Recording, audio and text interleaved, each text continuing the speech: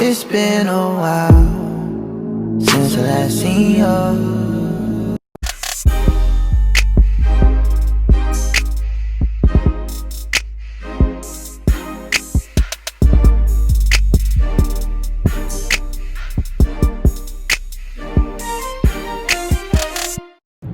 Anyway, so I'm back with another video, another commentary video, and this is going to be like a really quick, like, I want to say overview or a review or an evaluation, whatever you want to call it. All of those things are kind of synonymous.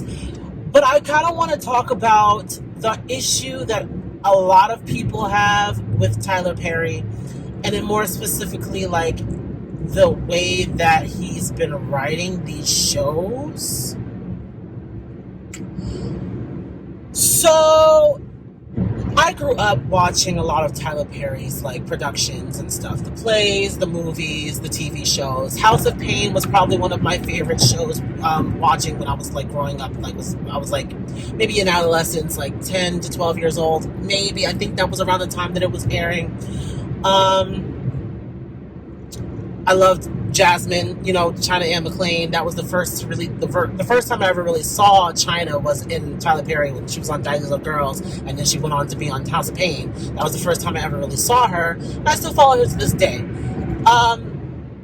So the show was like charming, sweet. There was some good storylines on there about family and about acceptance. All that stuff was on there. What happened? So they make a return. Right?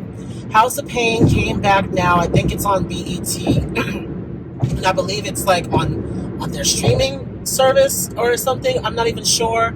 All I know is that I just saw the episode. Somebody had like posted it to YouTube or something. Not really legal if you're asking me, but who knows how long it'll stay up there. Maybe they're not really paying that much attention to it. Whatever. Fact of the matter is that the first episode reintroduced us to a couple of characters. We saw Janine, we saw Calvin, we saw Malik, and we saw, of course, Ella and Curtis. And then we got to see the twins, too. That was cute. They didn't say anything. Here's the thing. This episode was supposed to be reintroducing us to Malik. He was away at college. He comes back. And he has a secret. And the secret is that his girlfriend is pregnant. Or at least he says he thinks that she's pregnant. We don't really even know because that wasn't really exclusively like explained. We see the girlfriend. Lisa is her name. We see her. But we don't actually like get to know who she is and kind of what... Because he literally just sends her off. To be quite honest, I feel like that's something that you should introduce your family to together. But I guess I get why. But that's neither here nor there. The biggest issue that I had with this episode is the pacing. Please tell me why. This episode was about 20, 22, 23 minutes. Tell me why it took all 23 minutes for Malik to tell somebody in the family. It wasn't even his mom or his father. It was Curtis. Please tell me why it took him the whole 23 minutes. And the thing is, it's crazy. It's crazy because we follow Malik through this entire episode. Every single scene had him in it. From the time that he got to his mother's house, okay, went in there, talked to her, took all his time to not tell her anything, went outside, spoke to his girlfriend, made her go away, whatever. Then Calvin comes up. He's trying to get something to eat like he always does, whatever. He goes back inside with Calvin to talk to his mother and ask him about why they don't like Lisa, ask her about why they don't like Lisa, and all this other stuff. Then he's like, okay, let me go talk to Uncle Curtis. Then he's outside for at least about 5, 6, 7 minutes trying to get inside. We see Ella roll up. She just came from church, and then they're trying to get inside the house, but Curtis got the door locked, and then she unlocks the door, but he has the chain lock up there. Who has a chain lock in 2020? Actually, I do. I can't even say anything. And they can't get inside, so Malik goes to the back. Instead of thinking about that, right away to go through the back door, they out here trying to get him to open the door. We know who Curtis is. We know how he is. We know he's not going to open the door. So you're going to have to go back there anyway. Then we spend another 5 minutes between Ella and Curtis going back and forth, talking about, is Ella going to cook dinner or not? No, she's not going to cook dinner because you done locked her out the house and called her feet big. Like, what? What? I mean, I was like giggling and stuff like at a couple of things that were said. The jokes were kind of funny, but they were long and drawn out. And I'm just like, why in the world? The pacing was horrible. Horrible pacing. And I feel like this is a trope for most of Tyler Perry's. There's so much exposition and so much fluff. We didn't need all that fluff. See, this is the thing. We wasted an entire episode on one plot line that literally could have taken 5 minutes to get through. You come in, maybe he hesitates for a minute to tell them about the pregnancy, but then eventually he gets there. Within about 10 minutes or so, we get there. And then we can move on to the other things that's going on. We can then have everybody's reactions to what's going on. And then we can fold it up that way and maybe get to a solution. And if not, then maybe the next episode or maybe the episode after, we come to a solution after everybody has reacted to it. Why in the world are we spending a whole 23 minutes for him to tell one person about this pregnancy? It gets me irritated because so many times people have said that Tyler Perry needs some writers. Tyler Perry needs writers. Tyler Perry needs somebody to help him write some of these shows because he cannot do it by himself. As much as we might like to think that, and it's great, but I feel like no, he needs some more help. He needs some more help. Somebody else should have written this episode because to me this episode was horribly paced. And honestly, if I was looking at this script, I would be like, what is going on? We literally have the same 5 characters on screen and nothing is happening. Are you kidding me? Are you kidding me? Why in the world is it taking 20 minutes for him to tell somebody that his girlfriend's pregnant? You already decided that you were going to go and tell them that, tell them this. And you're just, a little bit nervous because you know that they might have a problem with it. Fine. But why in the world, that's a whole episode. We're not talking. It's like you would take about 20 minutes to do that in real time, but this is TV. People don't have long-ass attention spans to really be paying so much close attention to this one plot line happening. Not really. Not really. The TV is supposed to promote. It's not supposed to be in real time. I feel like they literally told this in real time. Because first of all, Ella and Curtis live across the street from Janine and CJ anyway. So it's not like it took Malik longer than 10 seconds to walk from one house to the other to go and talk to Curtis instead of talking to his mother. So this episode was literally told in real time. I felt like I was really taking the whole time, 23 minutes, for us to follow him from his mom's house to Curtis's house and be all up in their business.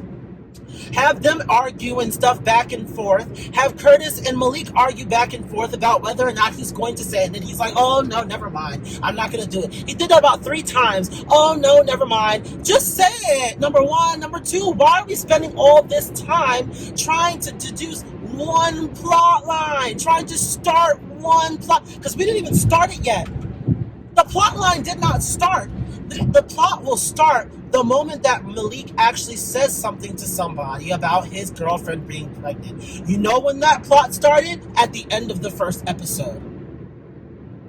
Your main plot should be starting at least halfway through the episode, maybe even sooner.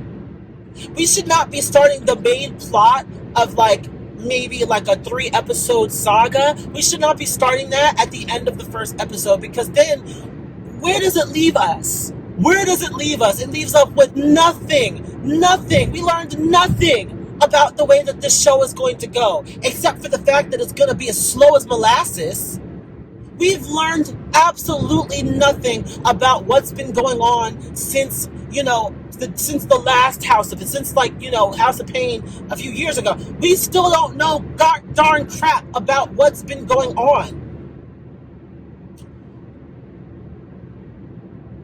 CJ didn't make an appearance. Jasmine didn't make an appearance. I'm just like, okay, if we're going to spend an entire episode, at least fill it in with other things going on too. I mean, why did we focus on Malik the whole time? There should have been something going on. Okay, what's going on with Janine and Calvin at that house? You know, what like do they have something like, you know, that's going on with him, or, you know, with him and his girl? Like, is there something else going on? Maybe another plot somewhere. Maybe CJ is doing something. I don't know. We should have followed somebody else in this damn episode besides just Malik. It made it very, very boring. That's what happened. Like, I got bored watching this show, watching it, and we sit up here and we always talk about, you know, black people in media and how we're portrayed and everything. I was ready for like some like lighthearted comedy with a good storyline, a pregnancy story. Okay, fine. It's been told thousands of times. Maybe you guys do something a little bit different with this one. No. It's pretty much the same trope, but it's slow. It's slowly paced, and it's not good. I like a good pace, like not too fast. Like, let's not just be like, oh, she's pregnant, and then everybody gets over it. I mean, let's build upon that. Let's build upon it. Like, the reasons why they don't like Lisa. That, to me, was not actually explained. All they said was, oh, she just posts some racy photos on her social media. And then we left that alone. It's like we didn't even go into detail about anything. We didn't learn anything. It was just, you know, fluff. Random ass jokes going back and forth, and the damn clap track and the laugh track going off like every 5 seconds. You want me to believe that people were actually still laughing at all of these jokes? Most of these jokes were not funny. Most of these bits were not funny. Most of these gags were not really all that funny. If we're being completely honest, they weren't that funny. So for me to sit there and actually, like, you know, watch this unfold in front of my face, get it off my TV screen. Get it off my TV screen. I don't want to see it again until it actually makes sense. I don't understand. Like, the thing is I really don't want to go in on someone like a Tyler Perry, because he has, you know, opened the doors for a lot of like different like black actors and creators and stuff. But then the door is also closed to the same amount of people. So I feel like there's just like a catch-22 or whatever you call it, double-edged sword, because it's like you damned if you do, damned if you don't. I want to support a black creator, but I can't just blindly support you when you're not really giving us the content that we expect from someone like you. You're not giving us what we actually need. It's like you can tell a lighthearted, funny story while still having good pacing. Why are we spending about 5-10 minutes on the same damn joke? Why? It doesn't make any sense at all. We shouldn't have spent that much time on one bit, on one gag. We shouldn't have spent that much time on it, but we did. And what did we get? House of Pain, the new season, episode 1. That whole entire episode was a waste of my time. I'm sorry, I have to come down like that, because it just really honestly didn't make a lot of sense, and it got me irritated. And now I see what people, because I have been kind of disconnected from Tyler Perry's creations ever since he came out with that Medea's Boo whatever Halloween movie. I really hadn't been watching any type of Tyler Perry creations since then. I really wasn't into Have and Have-Nots. I really wasn't into a lot of the things that he was putting out, like that, The Oval. I really wasn't paying attention to a lot of stuff. So, but now, like, watching this, and this should be very simple. This should be very simple writing. And you couldn't even do that. Now I see what people are talking about when they say that Tyler Perry really does need some writers. Maybe have a team of writers that you like do things with. Like, you don't have to do everything all by yourself. Like, teamwork makes the dream work. And if you're gonna bring back this show and draw up nostalgia for a lot of people, then I really expect for it to be good. The whole Pains thing, like, it worked for years, but now you have to bring it into 2020.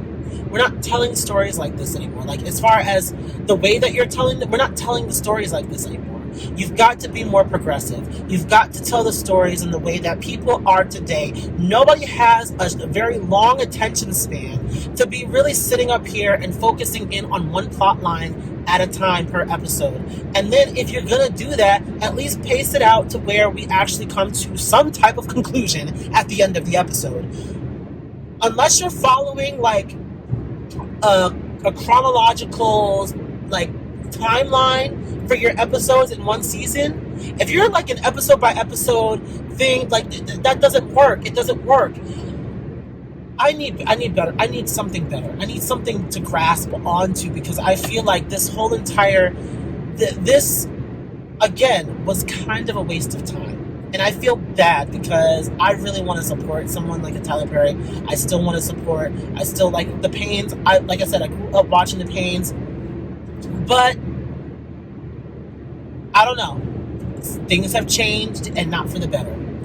But anyway, let me know what you guys think about this whole like thing where people try to fix what's not broken. Like I said in my Black Eyed Peas video, people try to fix what's not broken, and the fact that like the way that this whole entire thing was paced, I see now what people are talking about. I see it. But let me know if you guys watched this episode of The Pain. Let me know if you guys watched The Paynes. Like, if you watched The House of Pain, and how you liked it. And Tyler Perry's, like, creations all in all, what are your opinions on it? Because, honestly, I really would like to know, like, if people are still getting with Tyler Perry the same way they used to. Like, I know Ashley Miller, she still does her reviews of Tyler Perry stuff, like The Oval and stuff. So, he still does, like, Tyler Perry, she still does, like, Tyler Perry stuff. But, like, she also is honest about like how the pacing is for some of this stuff that he puts out and the writing. But anyway, that's going to be it for this video. I hope everybody has a great night, all right? Take care and stay safe. Shout out to everybody. I had fun. I gotta be good. I forgot. They told me to be good TF, tonight. dot, dot, I'm out this They bitch. told me-